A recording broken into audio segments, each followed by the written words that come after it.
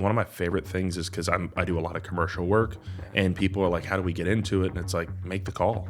Make the call. Like, that's the hardest part. And if they say no, like you said, you're already better off than you were before, because you don't have that idea of like, well, if I would have just called them, maybe I would have got it. It's like, you already know. Then you move on to the next one. Matt, happy to be sitting across from you today. I Oh think yeah, we share a lot of the same goals, which is around empowering people, especially within the cleaning industry. for sure. But to start us off, I've got a really big question. I know the answer. People want to know it too. Red Moose, where does it come from?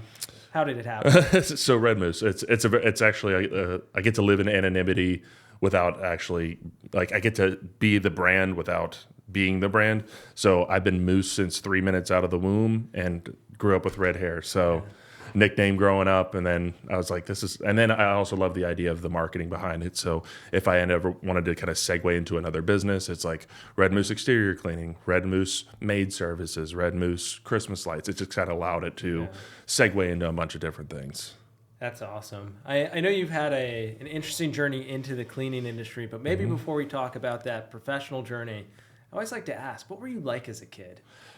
I was actually a very quiet kid. And it's from the voice and how I am and conduct myself now. I was mostly an introvert, and it was just kind of just like, I loved living in like that, like, let's say, average student. Where I was like, I never really exceeded in anything. I was just kind of like coasting along through academics, but played a lot of sports growing up. I love playing sports. What was your best sport? I played baseball for 11 years, and then football for a little bit, and then volleyball, just kind of tail end of it. And then, and then I segued it into disc golf, but that's a whole other situation. So if you showed up at the neighborhood block party, what is a sport now that you're like, I hope they have this in the backyard? I don't really play that. Like, I'll pick up a basketball every now and then, but it's nothing impressive by any means. And that's funny, because if anybody knows, I'm 6'8" with like, it's just like you expect it. But no, like, I love playing volleyball too. So if anybody has it, it's just touch and go. Yeah. You throw a ping pong table in a backyard, I'm there. Oh, I love it. Yeah. Like, I just didn't have the speed or coordination for it. So I was like, I applaud anybody that does it. Yeah. So what was your first entrepreneurial endeavor? Did you have any side hustles as a kid, or? Not as a kid. This is literally the first attempt at business ownership. I mean, you have the pipe dreams, and I wrote plenty of business plans for restaurants and stuff for the previous career, which we'll probably talk about. But tons of ideas, just never really decided to execute on them. Yeah. I find that in the cleaning industry, it's not something people go to school for, right? Oh, no. And everybody's got their own unique story, and sometimes it happens by accident, Oh, yeah. Sometimes it happens by intention. Tell me more about what you were doing before you started your cleaning business.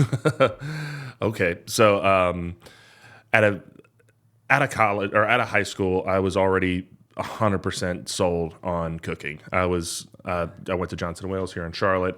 I graduated after 4 years with my bachelor's in food service and beverage management, and then obviously with the associates in culinary arts. And then just went into the industry. I was very, very good at what I did. By 21, I was already a sous chef, and then 25, I was running kitchens. So I was really good at what I did anyway. So I thought that was going to be, I was going to just be a chef my entire life. And then COVID hit, and then it just kind of floored me. And it wasn't the industry that I fell in love with.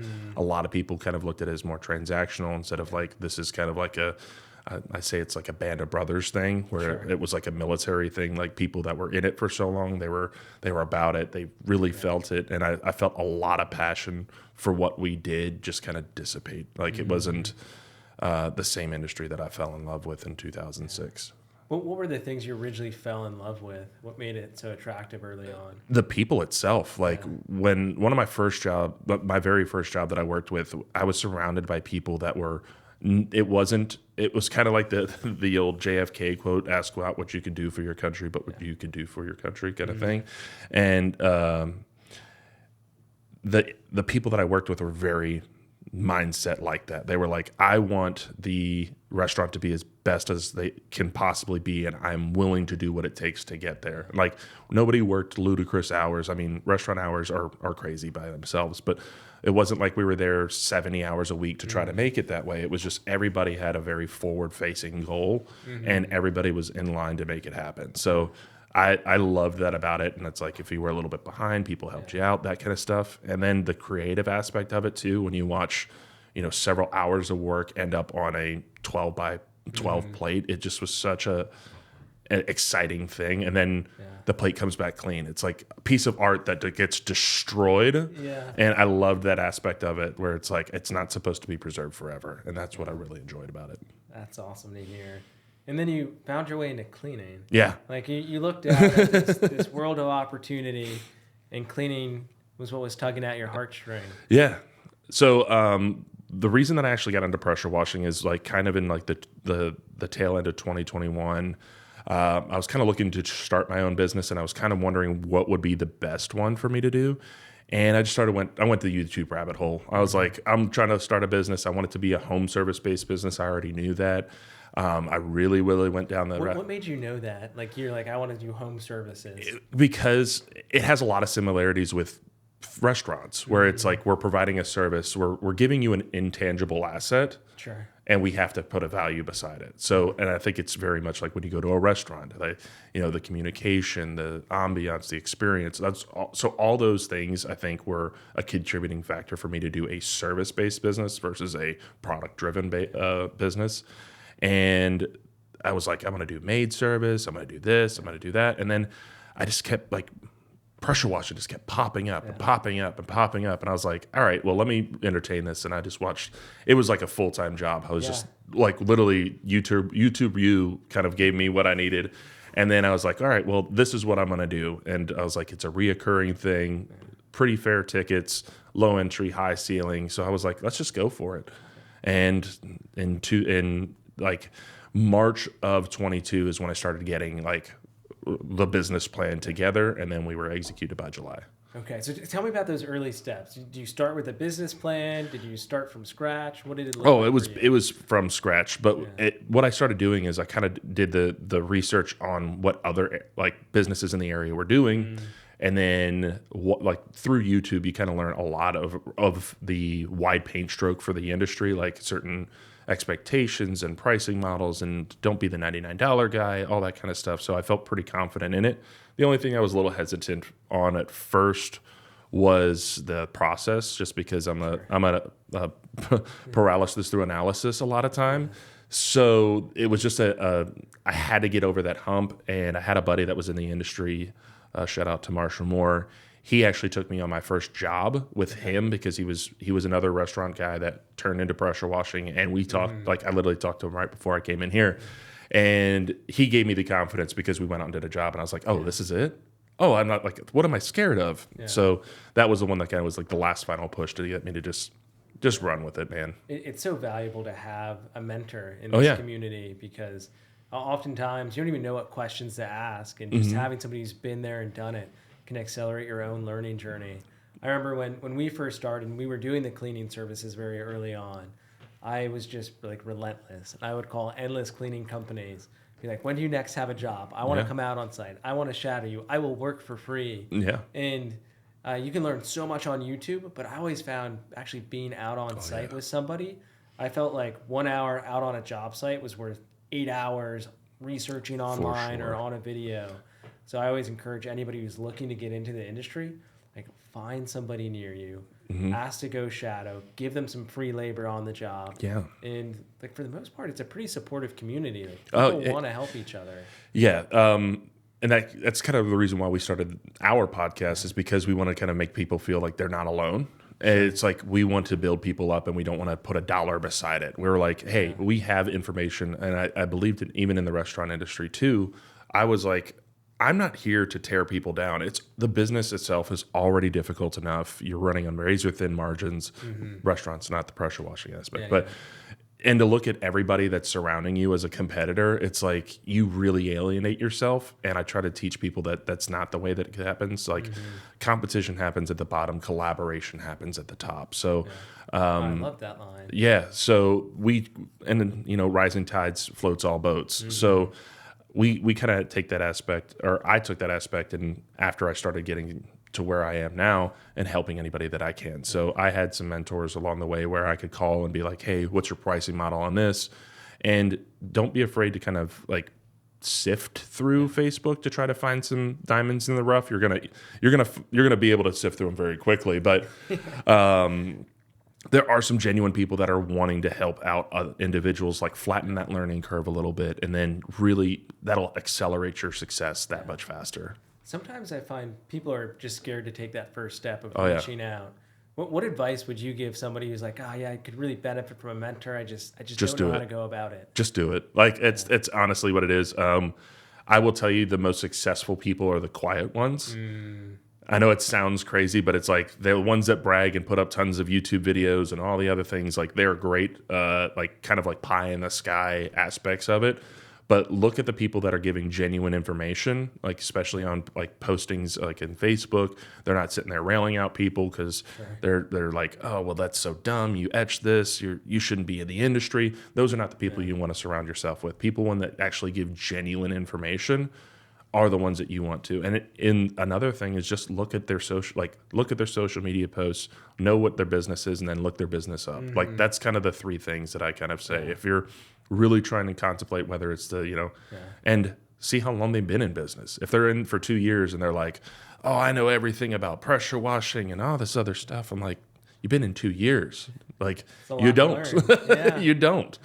You've been through 2 seasons. You haven't experienced like literally you've had your best and your worst season all at once. You have no collective data to base your opinions on. So try to find some people with some longevity. I think like a 5 to 6 year mark is a really good one to kind of use if you're looking for a mentor. Sure. So unlike some, finding a name for your company was easy. Red Moose, you were born into it. Where I find a lot of people get stuck, because we talk to endless entrepreneurs. Like, hey, I'm really interested in cleaning. I want to do it with a robot. But they often struggle on that 0 to 1, like getting the first job. And I'm wondering if you could tell the story of what was your first job? How did you get it? It was a friends and family kind of thing. Just reached out, and really I spent way too much money on Angie Leads and like Thumbtack and all that stuff to kind of get started. It was a great kind of starting tool, a jump off point. But again, I feel like those things are just a fight to the bottom. I mean, the amount of stories that I have about either one of those, I could go on for days. I've since then stepped away. So you're not buying stock in either company is what I'm hearing? Yeah, I'm not. And I mean, hopefully soon that the whole lead-based thing is going to go away. Like that's hopes and prayers. I think it's just attacking young entrepreneurs instead of helping them. I think it's not a very successful, like it's a financially great thing for the people doing it, but not to the people that are actually using a platform. But friends and family is a great way to start out. Set expectations off the front. Just say, hey, I'm just learning how to do this. And I think it's fair to tell your consumer that too. Like, hey, I 100% guarantee my work. If you see anything, say something. And that goes a long way, especially when you're first starting out. And maybe if it seems intimidating, maybe it's something you step away from at the beginning, but don't be afraid to shoot your shot. That's kind of like build the ship as you're floating. So you get the first job, you're going through the friends and family network, which is a great place to start. Like you have somebody in your network you can sell to, start there every day. Well, I think people are afraid to just make that phone call. It's like they feel like they're selling somebody, but I've heard many people, and I firmly stand behind it. If somebody is truly supportive of your business, they're going to help out in some capacity, whether it's sharing a post online, that's absolutely free. Liking a post, that's absolutely free. You kind of sift through that friendship group pretty quickly about people that really have your back. And those are going to be your soldiers that are going to be like your supporters. Like, hey, the first commercial job that I had was a buddy that was in a construction. It was his first foreman job. And he was like, hey, I'm new, or he's been with the company, but it was his first foreman job. And he was like, this is my first opportunity. This is your first opportunity. Let's run with it. And it's led to a pretty good bottom line over the course of a couple of years just by reaching out. One of the commonalities I've seen in the best entrepreneurs, especially in the cleaning industry, is they're shameless about making asks. They know what they want, they know what they need, and they'll ask the people who can help them for those things.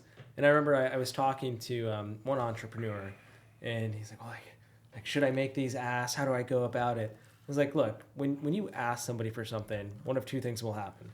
They'll say yes, and you'll get what you want and need, or they'll say no. And if you don't ask, the outcome is the same as the no bucket. So not asking, you're already getting the no. Yep. The worst thing you can do is ask, and you might get the yes. Yeah. But you're not even giving yourself a chance until you put yourself out there." It's so funny that we have the conversation. Like, I'm very fortunate to have conversations with young entrepreneurs, especially in this space. One of my favorite things is because I do a lot of commercial work, and people are like, "How do we get into it?" And it's like, make the call. Make the call. Like, that's the hardest part. And if they say no, like you said, you're already better off than you were before, because you don't have that idea of like, well, if I would have just called them, maybe I would have got it. It's like, you already know. Then you move on to the next one. But like, the question that I tell everybody is like, ask what you want. It's, what's your budget?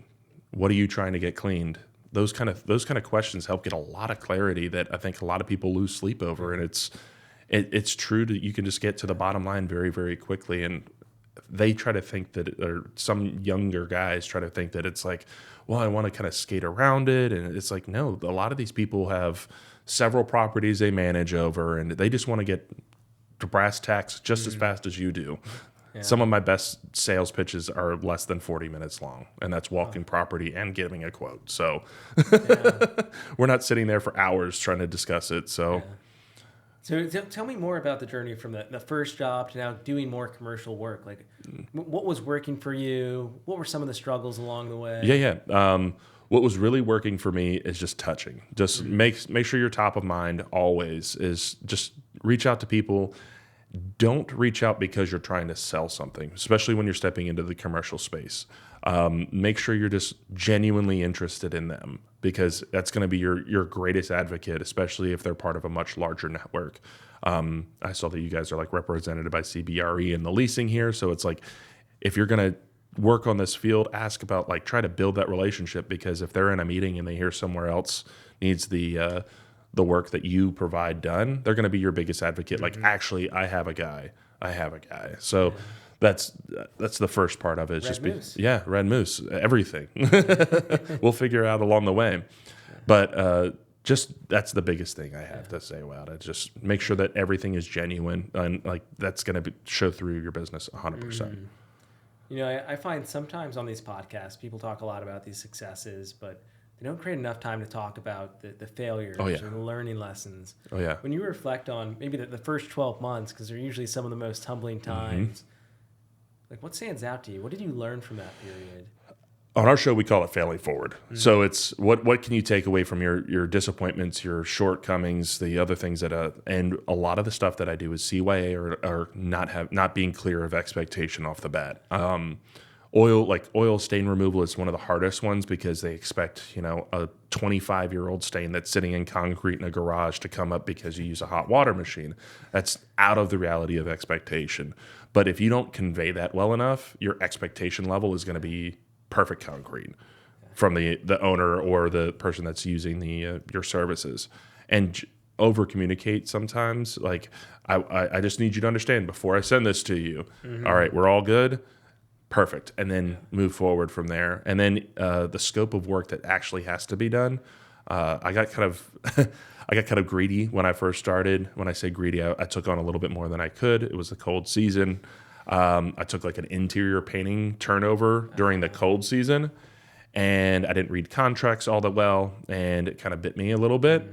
And I, again, learned from that and become, failed forward. I was like, now I fine tooth comb every single thing that's handed to me. Yeah. and if you aren't, and you need a lawyer out there, ChatGPT is great. Upload it, ask it questions. Oh, yeah. Say, how would you advise me to protect my business? Yeah. And you can get some fast answers, and they won't charge you hundreds of dollars per hour. Yeah. And that's also something that we suggest too. Just at least have a conversation with an attorney. People typically, it's like they wait too late, and the issues already happened before they're looking at attorneys. Yeah. And it's okay for you to have a contract in working with subcontracting company. So just make sure that you're aware on that as well. So you can set that expectation, like determination qualities, how long you're paid, because some people will go and work in a commercial job and they're like, they're on a net 60 and it's 35 days. And they're like, when am I going to get paid? And it's like, did you read your contract? It's a net 60. You have 25 more days. Yeah. So just knowing those kind of things. So it's clarity for everybody. Yeah. So I know every cleaning company has their favorite win, the favorite property they've ever cleaned. Oh, yeah. What's that story for you? This is one that's kind of a point with what you just did with what or the biggest win.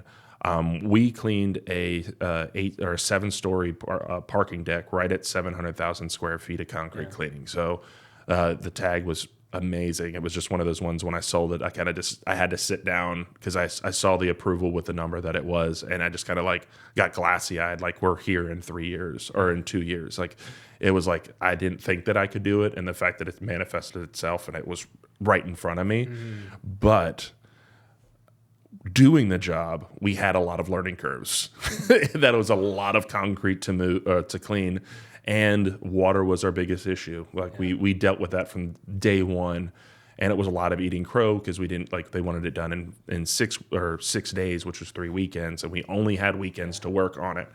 And we couldn't start, there was a apartment complex literally right outside of the parking deck, so we had to live in the you can't turn motors before 7, and you have to be done by 7. So it's like we were very limited on our time too. So we had a lot of learning curves along the way, but I think it ultimately made us that much stronger. So now we go in with a lot more questions, like how much water can we actually do? Where's the closest fire hydrant if we have to start pulling from there? Those kind of things. So, that was our biggest win, was a parking deck in Fort Mill that we did, and it was when we were done, I took 4 days off and just laid there because I was just like, I want to ride the high for a little bit. Yeah. But it was a net 60, so it wasn't like I could take too much time off. It was right back to work. Have I told you my parking deck story? Which one was it? Oh, gosh. So that's your big win? Yeah. One of my biggest, I won't call it a loss because we finished the job in the end, but probably my least favorite job I ever did early on. This is back in 2020. It's at the start of February, so very cold. Oh, yeah. It's also pre-pandemic, which just feels like a different chapter of life. Oh, yeah. And we get a call from a local university. You might be able to guess. They have a parking garage. They want the facades cleaned. We give them a quote. They say yes. And they're like, all right. So this goes back to not setting good expectations. Oh, yeah. I did not clarify that on the front end. They're like, so here's the deal. We need this done by Friday. It's Tuesday afternoon. And you can't start until after 5. Because he needed all of the cars cleared out. Yeah. And it's February, so the sun's not up that late into the day. And back then for the FAA, you weren't allowed to fly at night unless you had a special waiver. We didn't. And I was like, crap, how are we going to clean this? So I got chemicals the next day. It's Wednesday at 5. I go out there. I was able to get 2 flights in before it got dark. And I'm like, holy shit, this is working so well. And I'm jumping for joy. I'm like, drones can clean the outside of parking decks. And it was a huge win. And then it's dark, and then I looked at how large this parking deck was, and I was just overwhelmed. I'm like, I have no idea how I'm going to clean this now. Yeah. I didn't have a lift on site. There's not a ladder tall enough to clean that parking deck. Yeah. I'm like, how the hell am I going to do this? And I had to strategically position the truck and trailer on interior parts of this parking deck and lean over the rail and try to spray downward. Oh, yeah. And back then, the only gear I had was the free college baseball gear I got that was skin tight. It's not what you should wear when you're working with bleach. No. From a PPE perspective, loose clothes all day. Loose clothes all day. And I learned that the hard way because hose clamp probably wasn't tight enough. The bleach starts leaking. Oh, yes. If you've cleaned the outside of parking deck, which you know is your SH concentration is going to be pretty high. Oh, yeah. And I'd never had a chemical burn before then. So I didn't really know what let's call it the feelings of the chemical burn were. You're why am I itchy? But I'm spraying, then all of a sudden when did I get paper cuts on my fingers? My fingers are starting to sting. Then all of a sudden I'm like, my arm's starting to hurt. And it's just dripping down my arm. I don't think anything of it till a few hours later. I'm like, it hurts so badly. I can hardly take a step without the friction just feeling awful. So at this point it's 2:30 in the morning. And I go home, I shower because I looked at my skin and I'm like, this is literally like raw. Like I don't have skin anymore. Burn the hair off my arm, you name it. Oh, yeah. And it was the most painful shower of my life. And I remember getting out of the shower and I looked in the mirror and I was like, damn it, the job's not done. And I drive back out there to keep doing the job and had to go out like the next day after. Unbelievably humbling. Wear the right PPE. Oh, yeah. Understand when you'll be able to clean. So if you need to use a drone, you can use a drone. But I love the compare and contrast. Your biggest win was a parking deck, and probably my biggest loss was a parking deck. Well, anyway, so I'd love to transition to talk a little bit more about your podcast. Sure. And what I'd like to understand is you're going along this journey of building your cleaning company. Yeah. And at some point in time, you're like, I'm going to start a podcast to support this industry. What was that moment? What prompted that thought? So I joined one of those, like, again, I'll talk in depth about it if you want to listen to it onto ours. Don't get taken advantage of when you're a young business. And one of the things that happened was I wasn't going to say taken advantage of, but join the mastermind group will get you to $100,000 in 6 months, those kind of things. So, you get enticed and it is what it is. And I met a gentleman there and they're like, the whole thing is like, get a buddy. Yeah. Find a buddy. Like the whole thing is buddy system. Find yourself kind of like a mentor. And there was a gentleman that was in there who's the co-host on the show that I host, Adam Phillips. Shout out to him. And it was accountability buddy. So we just made sure that we were like, hey, you said that you were going to call this client by Thursday. Have you called them yet? Like that's literally, him and I took it very seriously, and we still do to this day. Like we've had a lot of hard conversations about like, hey, you're kind of like, you haven't done what you said you were going to do. And it takes a lot to do that, especially amongst friends. But what we kind of discovered is like, after we left that group, we were like, everything that we were researching, it was always a problem with a financial solution. It was, hey, are you having trouble with your CRM? We can manage it for you for $400 a month. And we just kept looking at this and we were like, there's got to be a way to get information. And then we looked and we were like, I wonder if there's like a podcast. And we were just talking about it one day and we looked and we were on Spotify and we really couldn't, there was one out there and we were like, there's only one. Why don't we just do it? It's like, what do we have to lose? Like literally it's them and us. And then there was like a couple other ones that like they stopped posting. Like we started in February of 2023 is when we started the podcast, and we were looking and it's like some haven't posted since 2020, and I'm like, yeah, they're our competitors, but I'm like, they're not. They just happen to have their information on Spotify. So there was only like one or two that were posting, and one of them only posted once a month, and I was like, well, can we get this information to people fairly? And what we did was we went to a couple conventions and we found some people that are more than willing to talk about their experiences, and we were like, well, let's just give this information out. Like, I'm not looking to make any money from it. I'm not trying to change the world or anything. I'm just kind of like, we want to give information to people that want to consume it. Mm-hmm. And we don't want to charge people for it. Like we eventually want to do like a Patreon stuff, but that's more of like, we want to give people to participate in that conversation. So like whether we have a guest or a host, they can do it that way. But the ultimate goal was to give that information away, that have like people that have different experiences and at varying stages. So there are like pressure washing again as a whole is so crazy because of how easy it is to get started. So the weekend warriors or the part-timers, I wanted them to be validated in this too. So it's like, well, you don't have to jump in head first. You can start this, and if it doesn't work out, sell your equipment off and no harm, no foul. But then let's say it does do well. Then you can listen to some of the episodes of the people that are starting their businesses. So we wanted to have it in different facets of the journey and different parts of pressure washing too. So we have like fleet washers on. We have people that do mostly commercial. We have people that do a lot of concrete. So we wanted to kind of showcase a lot of different areas and stages of where they are in their businesses. So you don't feel alone and you can feel represented and have questions to be asked. And like I know I sent you an email right when we had our first conversation, like it was literally like it couldn't have been written up any better. But like the guy was like, I'm taking my jump. Last year I did well. This is my first full season, and I want to thank you guys for giving me that little pump. And I was like, that's the reason why we do that show, because inherently I'm a teacher 100%. I did it with cooking. I did it with like in my life. I love teaching people new things, and the podcast was a great way to segue into that. That resonates so strongly. I think like for us, our biggest wins and the stories we love to hear is not just when a customer does a job faster or they reduce the risk, whatever it happens to be. I remember we got a text from one of our earliest customers, and he was running a pretty small kind of mom and pop cleaning business, and since incorporating our technology, like just grown his business to an unbelievable degree. He texted us the night before his 2-year-old son's birthday, and he's like, I'm getting to throw my son the birthday party of his dreams because of the success we've had around this technology.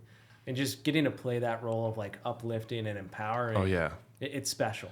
There was a gentleman that I was listening to. I can't remember. It was one of the events that we went to, and he was like, I don't love to see your big wins on like, oh, we knocked out this really big job.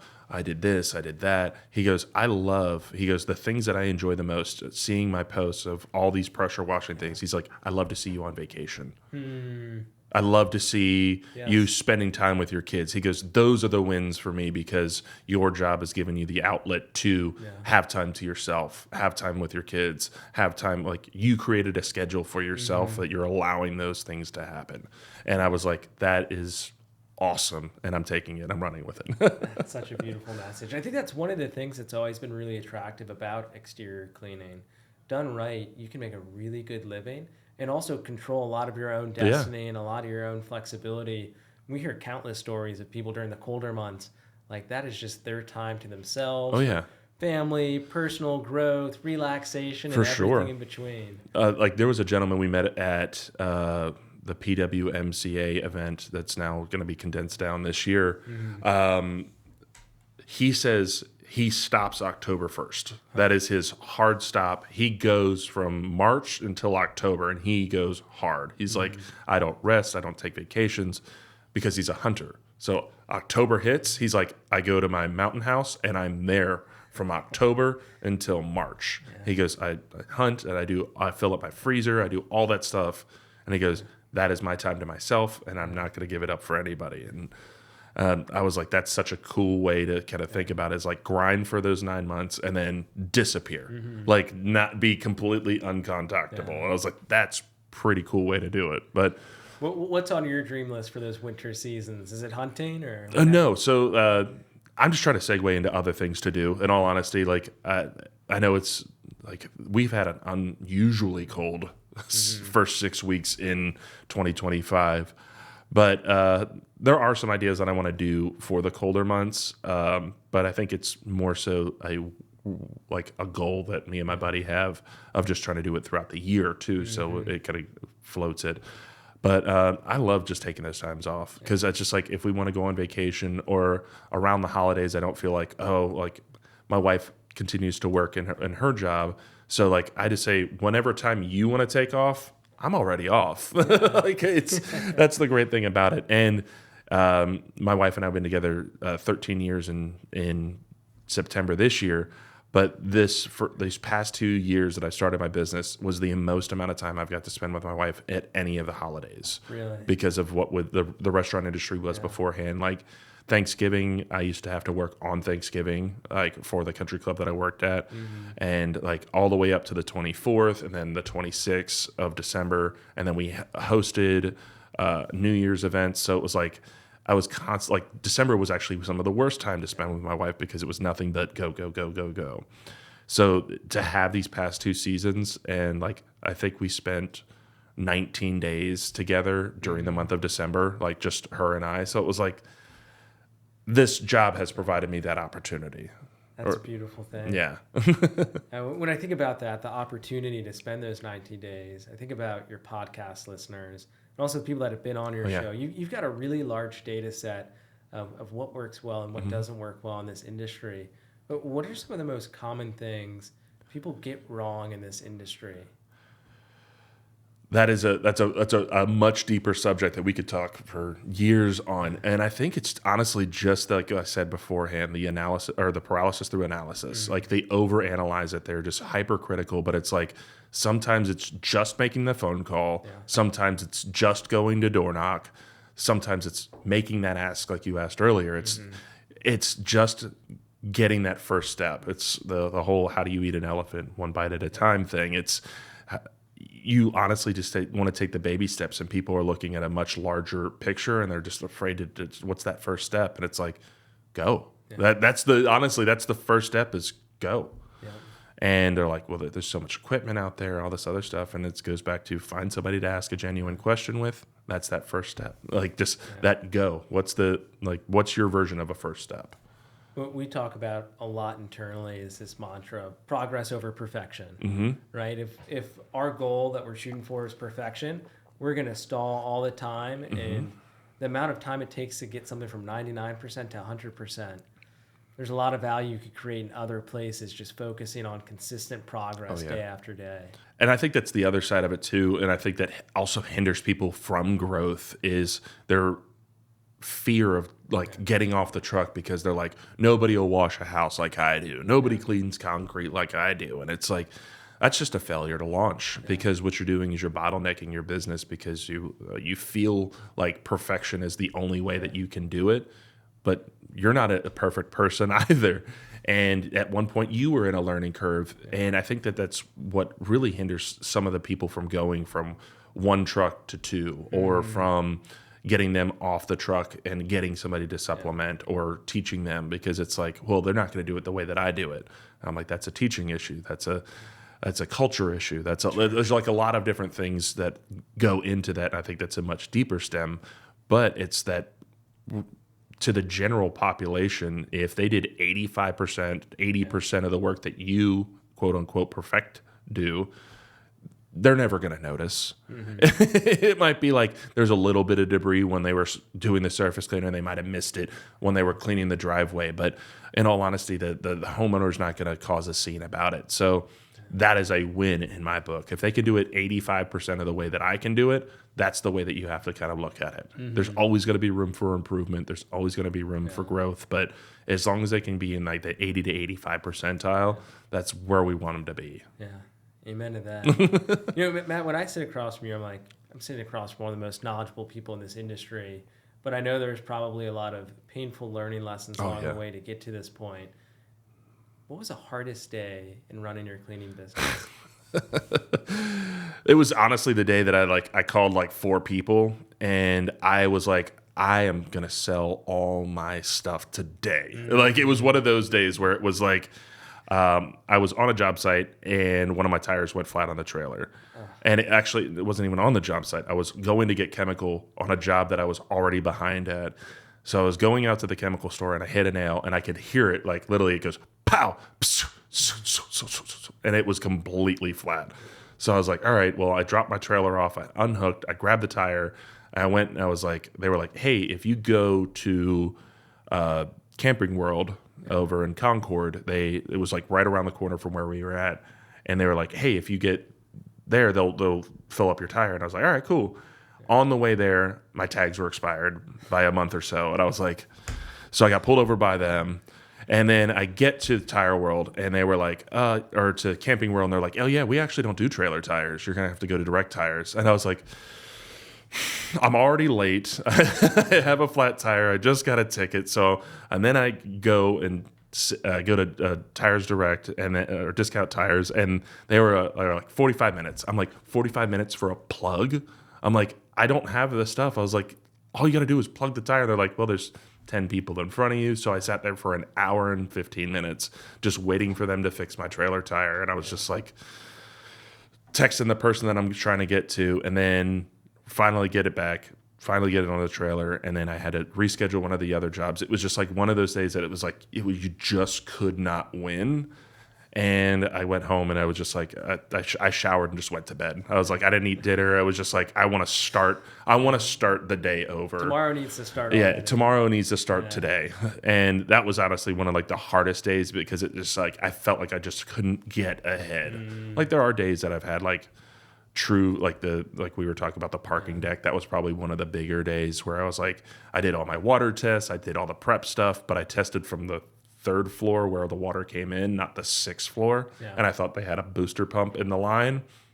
They didn't. It was all gravity fed. So it was like half a gallon of water per minute on the 6th floor. So I was like, we'll never be able to get anything cleaned up here. So like, it was just, that was another day where I literally just had to walk away because I had 3 people there to come to help me. I was gung ho. I was like, we're going to get this thing done. We're going to get half of it done today. And it was far from that. I got the top floor of 7 floors done.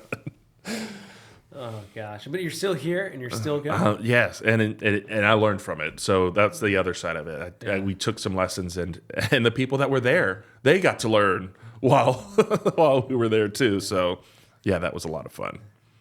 So Matt, sometimes I feel like in the exterior cleaning world, things can be an echo chamber in terms of the advice that's given. Some is really good, some is, let's call it, questionable. Oh, for sure. What is something that you hear commonly given as advice that you would disagree with? You can start small. Like that's the part, like everybody gets, like equipment is one of the biggest things that I think people get so bent out of shape about when they're like, start off with a 10-gallon, make sure you have this and that. And I'm like, don't spend your, just last night, this is a great, like, it's funny how things can't be written up any better. Last night, there was a gentleman that reached out from Hawaii, and he was like, I have $5,000 to spend. I found this for $2,000, and it was like a 4-gallon a minute. It had a turbo tip, 100 feet of non-slip or non-skid hose. It has like an 18-inch surface cleaner, and it was a 4-gallon a minute for like right at $2,000. I was like, start with that. That is an amazing start. It has everything that you need to get started. If you're saying you have $5,000 to spend, you don't need to spend $5,000 on equipment. I was like, spend that other $3,000 on maybe some branding, some merch. And that's a way down the list. It doesn't have to be. I was like, I started out with Walmart polos. So if I destroyed it, I'm like, $12, I'll go get some new ones. But and you will destroy it. You will. You will destroy it. Even the $70 logoed shirts, you're gonna destroy. But now that you can destroy 5 shirts versus 1, I was like, look at getting some, like, a little bit of marketing material. I was like, some print ups, some flyers. That's a great way to spend your money off. And then I was like, you're not going to be busy, so door knocking is a great way, and having something tangible to give them, that's a great way. I was like, all the insurances that you need.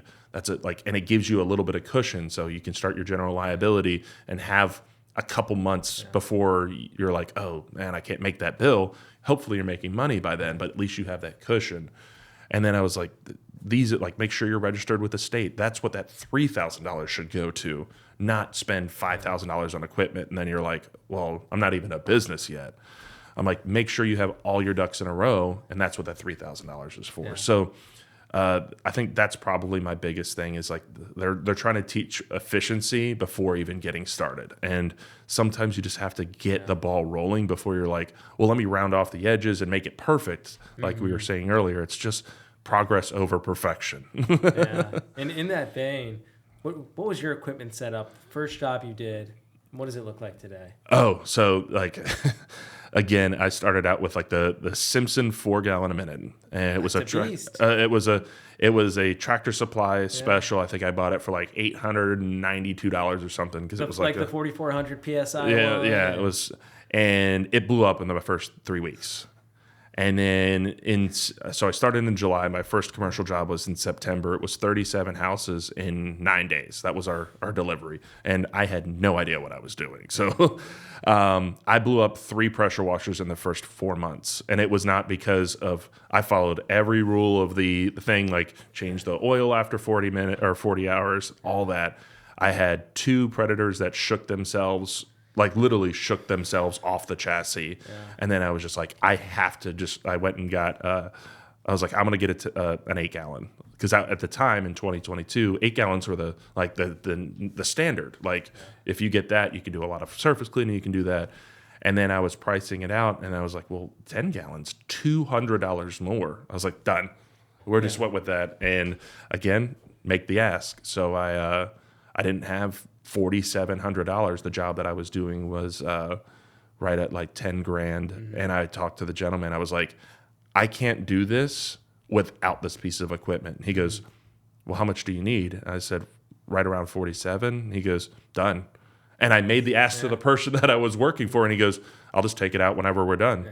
So literally he sent me the full cash and then sent me a receipt for $4,700, and I paid him there, or went to the bank and got the check, and it was just so that we were all square. But sometimes it's just making the ask, and that was what I started out with. So I started out with a 4 gallon a minute BE 20-inch surface cleaner. I kind of went, because I was micro-analyzing everything, I made sure I had reels for my water and all my pressure hose and all that stuff. And I even started off with a soft wash system too. But I went way too big with my trailer. I was like 17-foot trailer still to this day. I'm like, this thing is way too big. But what I have left, I have most of the same stuff I started out with. I've had to change my pump for the 12 volt, and I changed the motor or the pressure washer to the 10 gallon, but I still have that same 10 gallon. So it's literally the same exact setup that I had beforehand, but since then we've added a hot wash and a Mondo. So if anybody knows, that's a 48-inch surface cleaner. So that thing eats. You can book with that. Oh, it eats. So we got that for the large parking deck. We just were like, we need to do it. Mm-hmm. You know, I know for a lot of people looking at this industry, one of the things we'll say is it's so competitive. Yeah. How do you think about competition, and how do you stay competitive in this market? I don't look at people as competition. I think that's what it is. Because listening to hear how, I think it's more of the consumer than it is the competitor, if we want to throw them in that quotations, because you and I can do the same exact pitch, give them almost the same exact price, but the consumer will do whatever they want.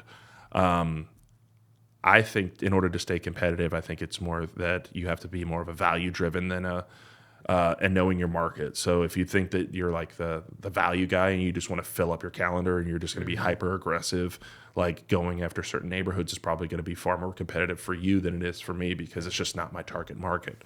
And I think that's what a lot of people do, is they try to shove that square peg in a circle hole, where they're like, I want to get $700 for a house wash, but they're going to areas where like the median income for a family is like $100,000.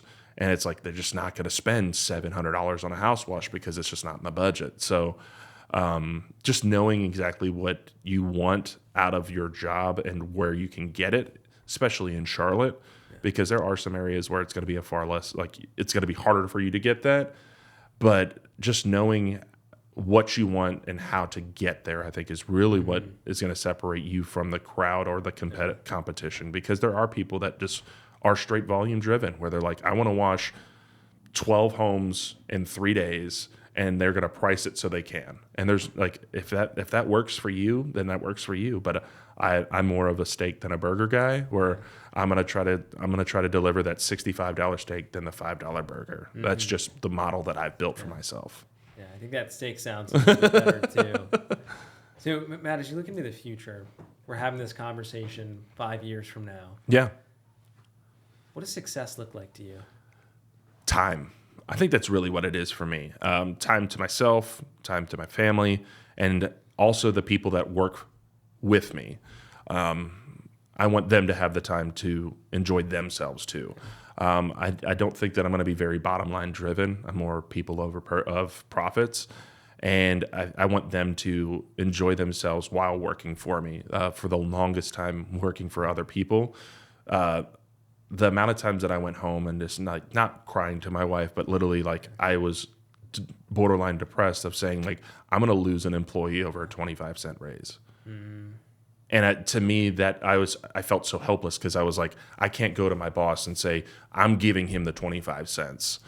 And I don't want that for my business. I don't want to lose high quality employees or teammates over 25 cents. I want them to have a livable wage. I want them to feel like they're empowered at work, and all that comes through making sure that they have the time of day to spend with their family, and that I feel like their time is validated, and that the time that they actually use with us is valuable to them.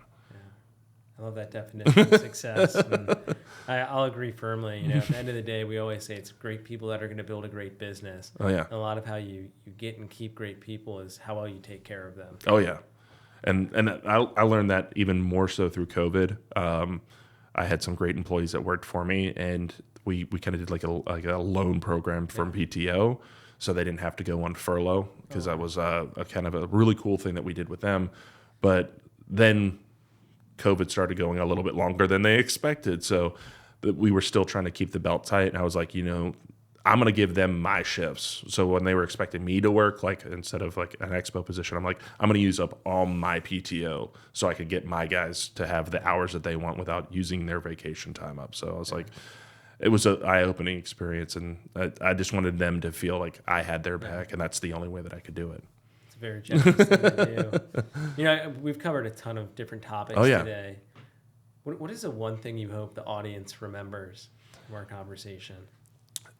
I think the entirety of like, I know it's one thing. It's like pick out one thing, but I think it's just like we said, just take that first step. Whether it's you're going to go to the second truck. What's that first step? What do you have to do to get to the second truck? You're just about to start your business. What's that first step to get with that? Or you're going to get a drone to clean with. What's the first step? Like, do I need to get a license? Do I need to do that? The best thing is call you guys. Like, you're like, that's the first step. Call you, because you're going to walk them through the whole process of it, instead of sitting behind the phone and like dreading that phone call because you're going to be like overwhelmed or something like that. Well, if you're not fearful about failure, is it worth doing? So taking that first step is really the one I want to kind of take away from this. I think, make that first call, like reach out to somebody. That's that first step in growing your business. Don't be afraid of no's. I love that. I think what I often find when people are stuck and they're not moving, because they'll start to worry. They'll be like, well, what if they say yes? Or what if they say no? Or what if this happens? And what I always go back to is do the next best thing. Yeah. Right? If they say yes, then do the next best thing. If they say no, do the next best thing. But you don't necessarily have to solve problems you don't yet have. Yeah. Just focus on doing the next best thing. Yeah. There was it was a TikTok video that I remember, and it, like, still to this day, like when I heard it, it resonated with me. And it's like, what you don't change, you choose. And I was like, geez, Louise, that is ridiculous. So what you don't change, you choose. So if you're stuck in your business and you are failing, like you're not going to make that phone call, you're not going to go door knocking, you're not going to do this, you're not going to do that, you are choosing to stay exactly where you're at, instead of changing some kind of practice, reaching out to customers, whatever it is. And I was like it's so relevant in all of life. And it was like, well, I want to change the paint in this room. Well, change it. Otherwise you're choosing to leave it the same color. It's those kind of like simple things. But that was kind of a small little tangent. But we've got agency in our own lives, and I think that's a great note to end it on. Oh yeah, we'd probably sit here and talk for hours more, but we're really excited about your growth. And look forward to seeing what you do the rest of the year, and maybe collaborating on a few projects here and there. I'm more than excited for that. Yeah. Awesome. Thank you for joining us today. Oh yeah, for sure.